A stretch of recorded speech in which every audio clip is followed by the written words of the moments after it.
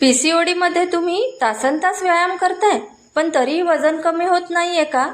मग कदाचित तुमच्या आहारातील हे 3 पदार्थ तुमचा त्रास कमी होऊ देत नाहीत. हे पदार्थ घातक का आहेत बरं, ते नीट समजून घ्या. पहिली आहे पांढरी साखर.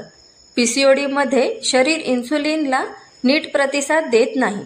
साखर खाल्ल्यामुळे रक्तातील इन्सुलिन अचानक वाढतं, ज्यामुळे शरीरात पुरुष हॉर्मोन्स वाढतात. यामुळेच चेहऱ्यावर नको असलेले केस आणि पिंपल्स येतात. साखरेऐवजी तुम्ही गूळ किंवा खजूर मर्यादित प्रमाणात खाऊ शकता. दुसरा शत्रू म्हणजे मैदा. यात फायबर अजिबात नसते.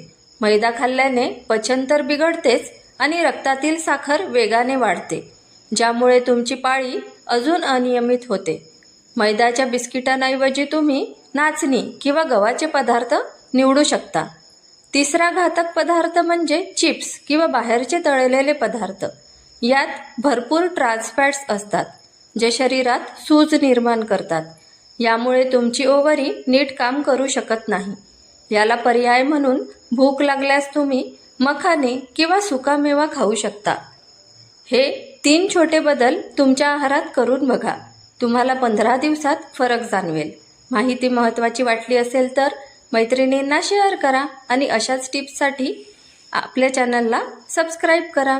Please like, share and subscribe. Thanks for watching. धन्यवाद.